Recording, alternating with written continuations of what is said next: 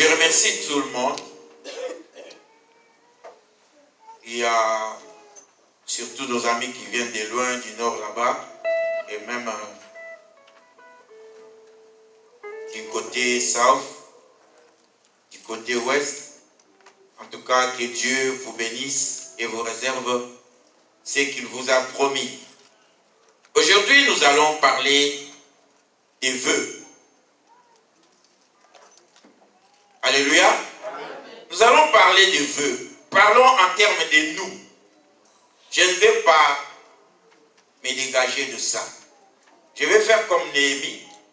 Quand la muraille ou les murailles de Jérusalem s'étaient écroulées,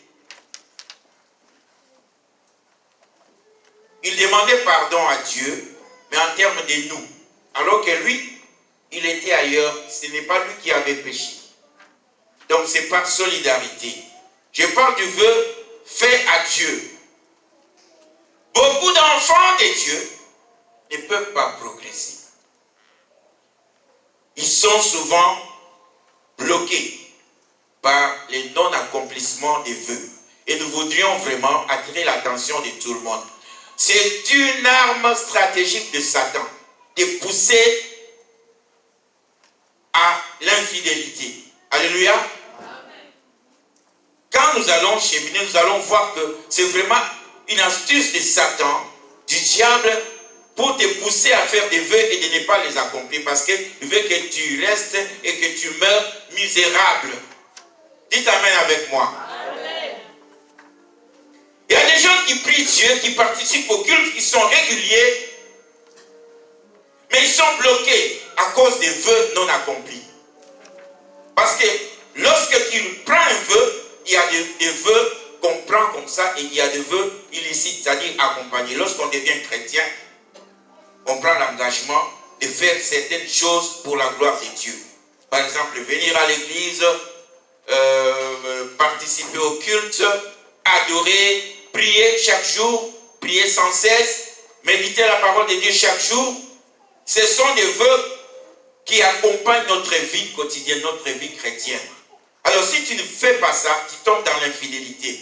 Mais souvent, ce sont des péchés, souvent pour lesquels on ne demande pas pardon. Vrai ou faux?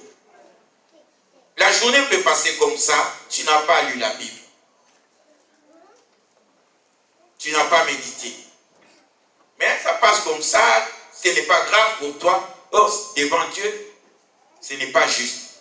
Il dit que cette parole ne te quitte point. Médite les jours et... Alléluia. Amen. Alors, comme ça nous passe comme ça, et nous restons, nous normalisons ce qui est anormal pour une vie chrétienne. En conséquence, ça devient une infidélité devant Dieu, ça devient un péché. Et comme Jean 9, verset 31 dit que Dieu ne répond pas aux pécheurs, donc tu peux prier, il ne te répond pas. Mais toi, tu ne vas pas le savoir. Regarde toi-même. Parce que chez Dieu, il faut négliger aucun aspect. Ou tu es chrétien ou tu n'es pas chrétien. Ou je suis chrétien ou je ne le suis pas. Amen. Amen. Nous avons une certaine vie. Nous sommes des mises à part. Dieu fait tout parce que la marque de Jésus est sur ton front. Il fait tout que les sorciers ne puissent pas te toucher. Parce que tu as sa marque. Il faut agir selon celui ou celle qui porte sa marque. Voyons d'abord la signification du vœu. Le vœu, c'est quoi? On dit que c'est une promesse faite à Dieu. C'est un engagement religieux. Alléluia. Dans les cas de promesses faites à Dieu, cela devient un serment. Alléluia. Je jure fidélité que chaque mois, je donnerai 5 $ à mon Dieu pour que l'église ne manque pas l'internet. C'est un serment. C'est un petit 5 $, mais il ne faut pas le négliger. Je prends un exemple. Alléluia. Je dis, je jure fidélité à Dieu, je laisse la vie mondaine, je deviens chrétien. Qui dit chrétien, dit une nouvelle créature. Alléluia.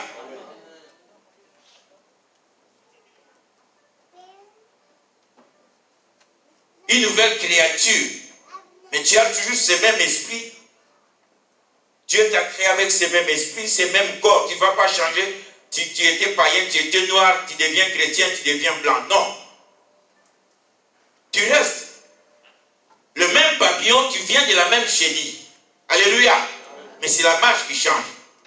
Si tu es papillon, tu continues toujours à marcher alors que tu as des ailes pour voler. Il y a quelque chose qui ne va pas. Vrai ou faux? Nous connaissons cet exemple. C'est un engagement pris envers soi-même. Ça peut être toi-même, hein, tu prends l'engagement, tu dis en tout cas, à partir d'aujourd'hui, je ne boirai plus. Ou je commence à faire pipi devant les enfants. En tout cas, en assemblée. C'est un engagement. Si tu laisses ça, tu vas continuer à faire pipi devant tes enfants. Alléluia. C'est un souhait, mais on ne parlera pas de souhait aujourd'hui. Parce qu'un vœu, c'est aussi un souhait. Je voudrais être ceci, je voudrais être... C'est aussi un vœu. C'est-à-dire pour ça. En ce moment-là, ça devient un souhait qui peut ou ne pas s'accomplir. Mais si nous parlons de l'engagement fait à Dieu, on s'arrête là. Les vœux. Examinons une histoire triste qui s'est passée en Israël il y a des centaines et même des millénaires d'années. Nous allons lire Juge. Juge 11, on va prendre 12, 27. L'esprit de l'Éternel fut sur Jephthé. Nous connaissons Jephthé. C'est cet enfant-là qui a été rejeté par les enfants de la première couche. C'est-à-dire, le papa de Jephthé avait 2 femmes. Mais la deuxième femme, on l'a considérée comme concubine. Alors, il a eu avec la première femme des enfants et il a eu Jephthé avec la deuxième femme. Et ces enfants-là, ses demi-frères, ses demi-sœurs l'ont chassé parce que leur papa était riche et il ne voulait pas partager l'héritage avec Jephthé. On l'a rejeté très loin. Il est devenu phaseur. Amen. C'est de ces Jephthé-là que nous parlons. Alors, il traversa Galad et Manassé. Il passa à Michpé de Galad. Et de Michpé de Galad, il marcha contre les fils d'Ammon. Les fils d'Ammon, nous connaissons. Les Ammonites, ce sont des enfants incestueux qui viennent donc quand Lot et ses deux filles étaient devenus ensemble. Donc on a ces filles-là, après que Lot ait quitté Sodome et Gomorrhe, ces filles ont dit non, on doit laisser notre lignée continuer. Notre papa n'a plus d'autres enfants et nous n'avons pas de mari. Enivrons-le et faisons des enfants avec lui. La première est partie avec son père et elle tomba enceinte. Elle va donner naissance à Ammon, qui est l'ancêtre des Ammonites. La deuxième est allée avec son père et elle a accouché Moab, l'ancêtre des Moabites.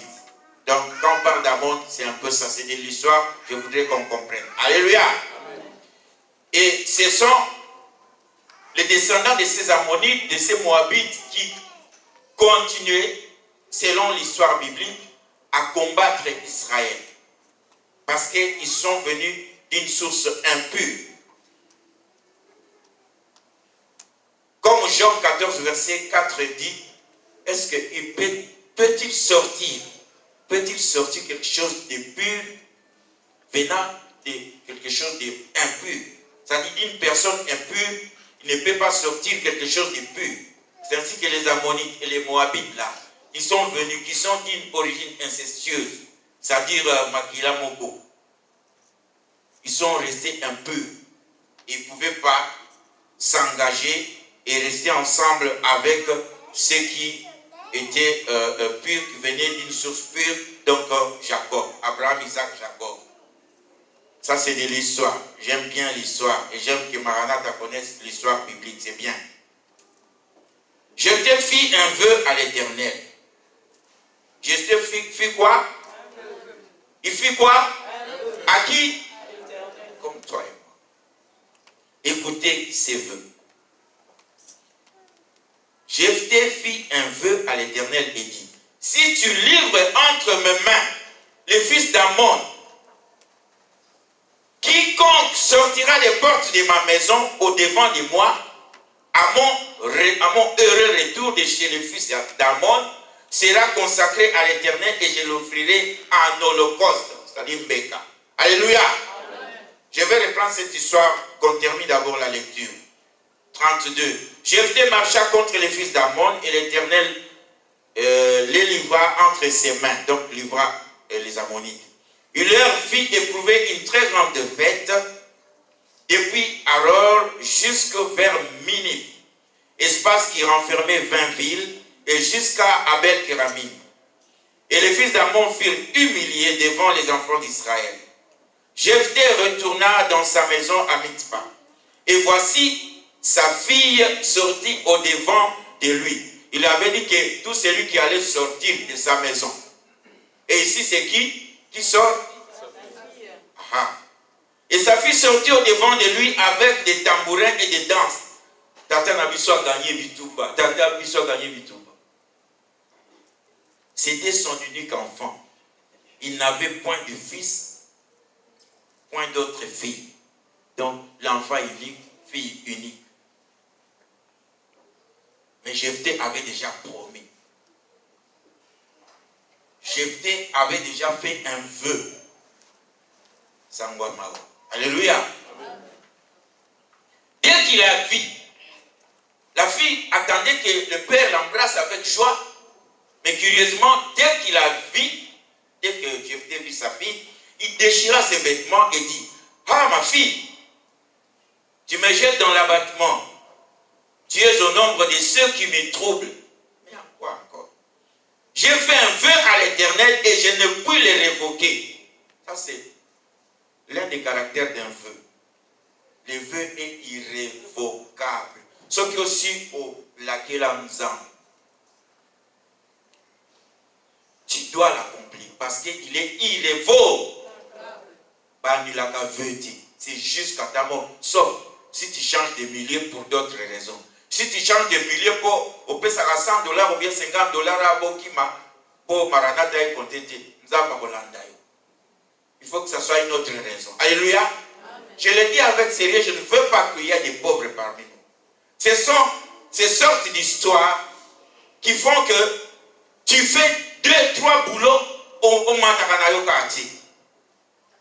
Tu t'occupes bien de ta maison, tu veux embellir ça, tu ne t'occupes pas des choses de Dieu, mais tu remarques que tu es dans la misère. Il suffit que tu rentres à Kine, ou je ne sais pas moi, à Malabo, chez toi, en vacances, on dit, oh, mais nous avons forme à pototer. Est-ce que je me fais comprendre? Je veux qu'on quitte là. Ce sont des genres de messages que les gens n'aiment pas. Mais si je ne vous dis pas, c'est que je ne vous aime pas. Je sais que parmi vous, il y a des grands richards. Mais à cause de ces petits pièges de Satan, de l'infidélité dans les feux, ils vont tournoyer en rond. Et c'est ce que je ne veux pas. Je veux que tous les enfants de Maranatha deviennent des propriétaires. Amen. Alléluia. Amen.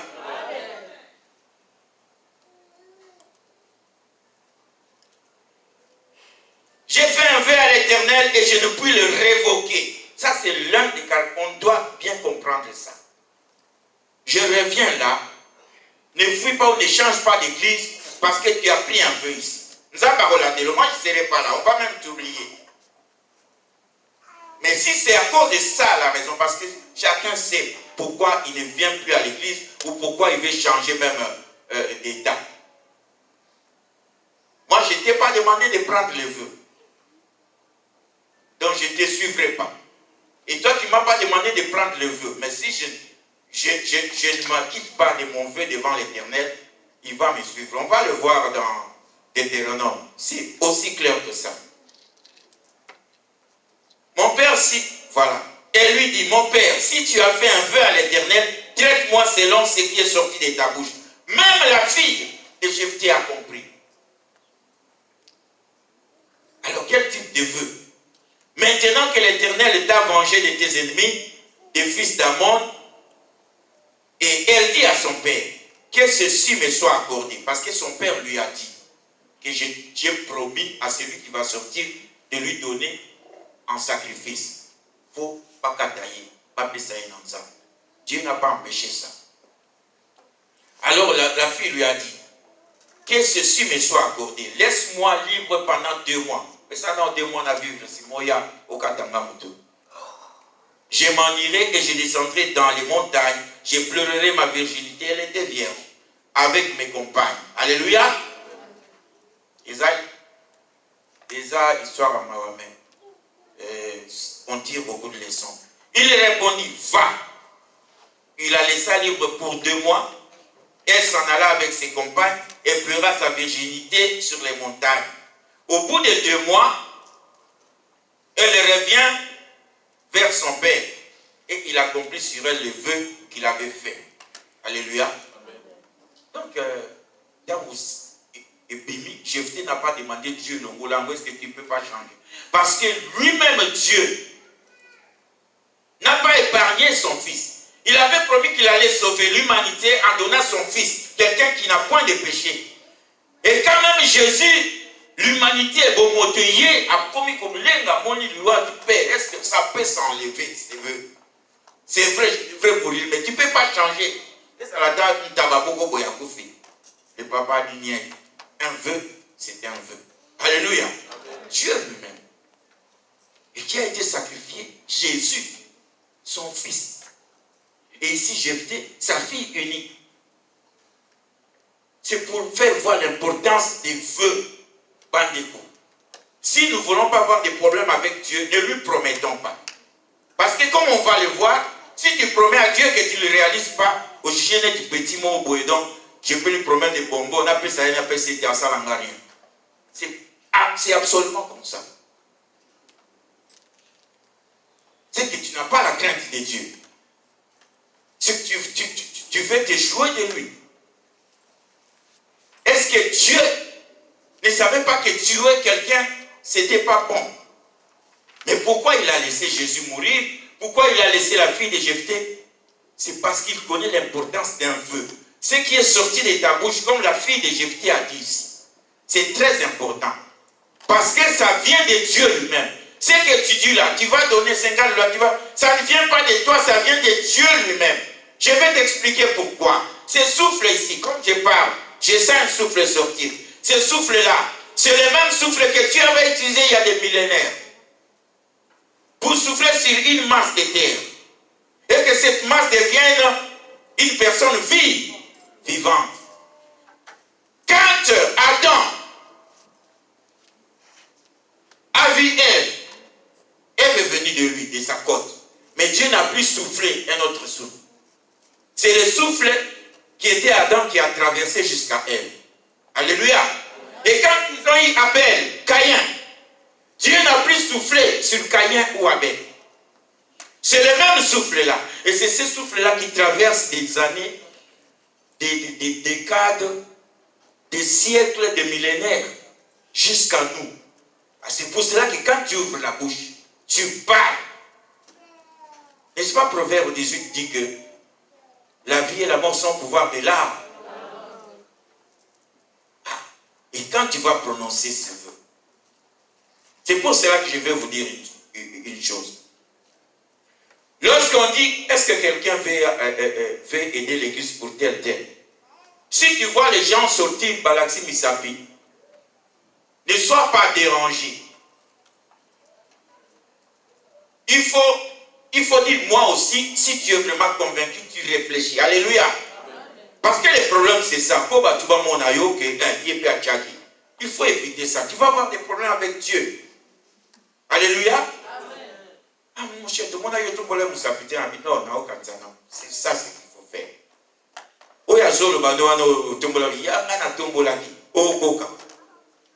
Alléluia.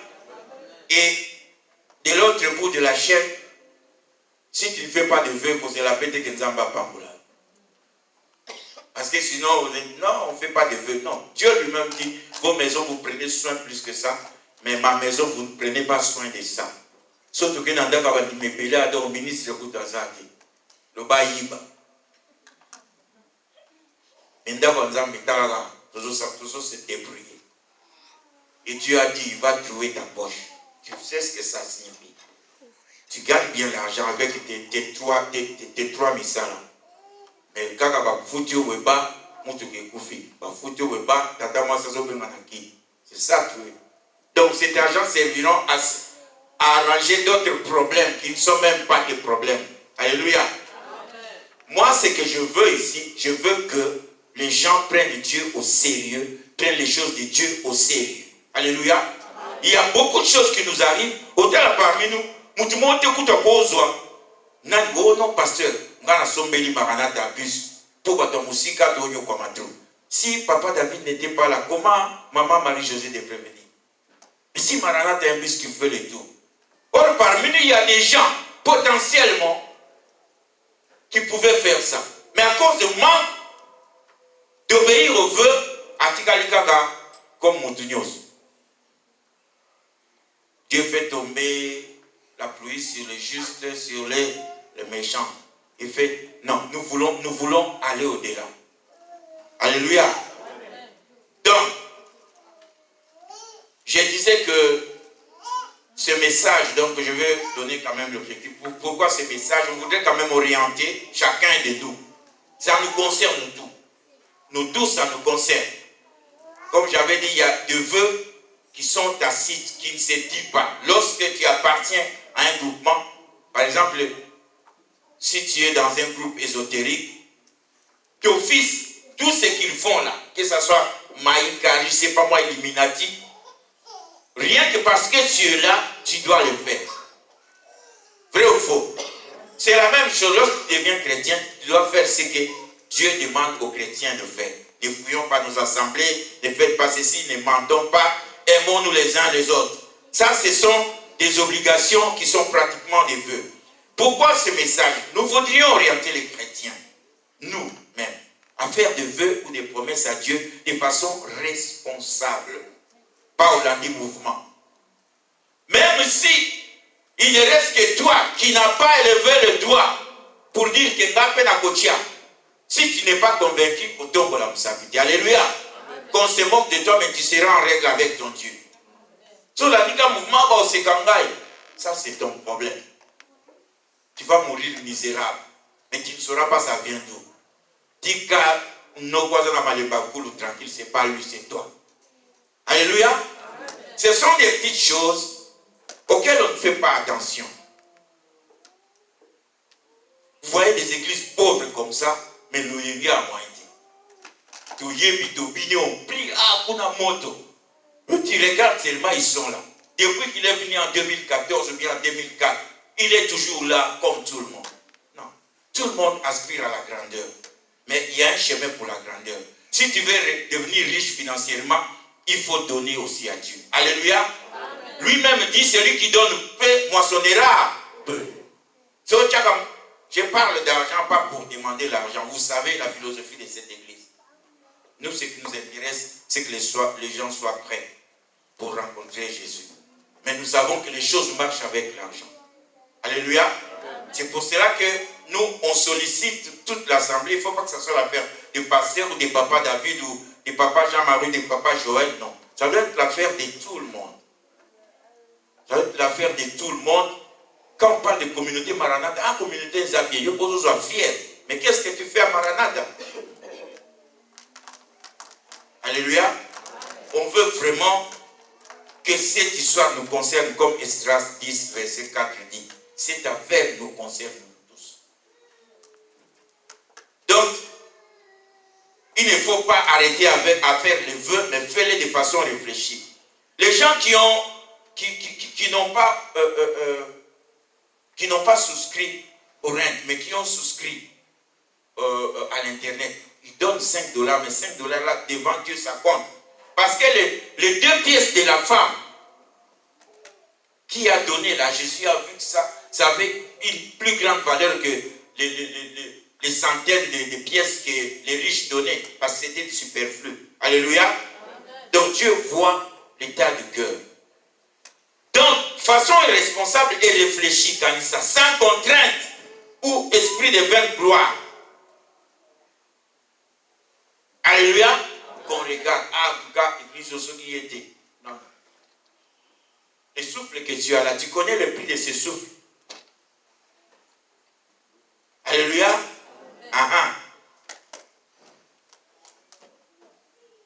Encore une fois, si tu ne fais pas, tu ne fais pas de vœux, ce n'est pas un péché.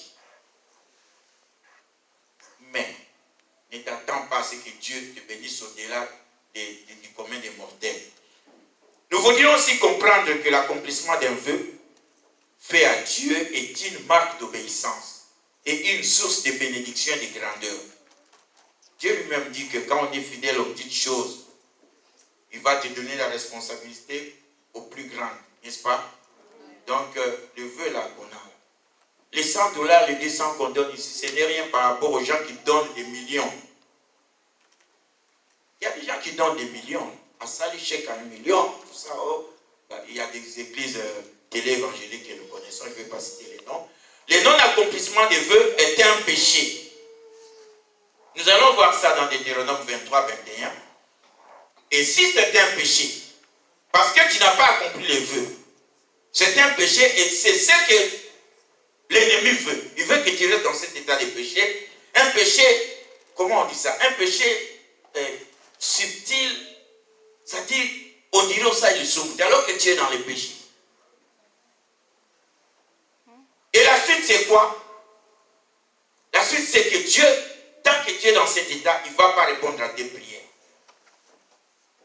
Jean 9, verset 31 est clair là.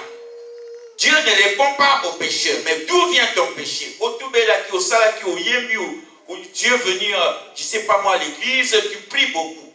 Mais pourquoi Dieu ne répond pas? Regardons-nous bien. À l'état où nous sommes, l'ennemi ne viendra plus nous tenter avec des grands péchés, les gobos, les vols, les ceci. Non, ce sont des petites histoires comme ça. Alléluia. Qui passent inaperçues. Et on veut vivre avec ça, on veut rester normal. Si je demande même côté type, on va dire Abani. Vous connaissez, enfin, ce sont les trésoriers qui me connaissent en matière d'argent. Il y aura même une cérémonie ici qui va se passer après cette église. On va recevoir des gens qui vont venir. Ils ont téléphoné. Je n'ai pas demandé, je sais qu'il n'y a pas grand-chose à la caisse. Je n'ai pas demandé, j'ai pris en charge tout ce que les gens vont manger et tout et tout. Parce que je sais. Nous venons ici d'abord pour le salut des âmes. Pas pour vos poches là. Ce sont vos âmes qui m'intéressent. Alléluia. Ce ne sont pas vos poches. Celui qui me donne, je ne vais pas refuser. Dieu va lui donner, tel qu'il a dit, si tu donnes même un verre d'eau à mon serviteur.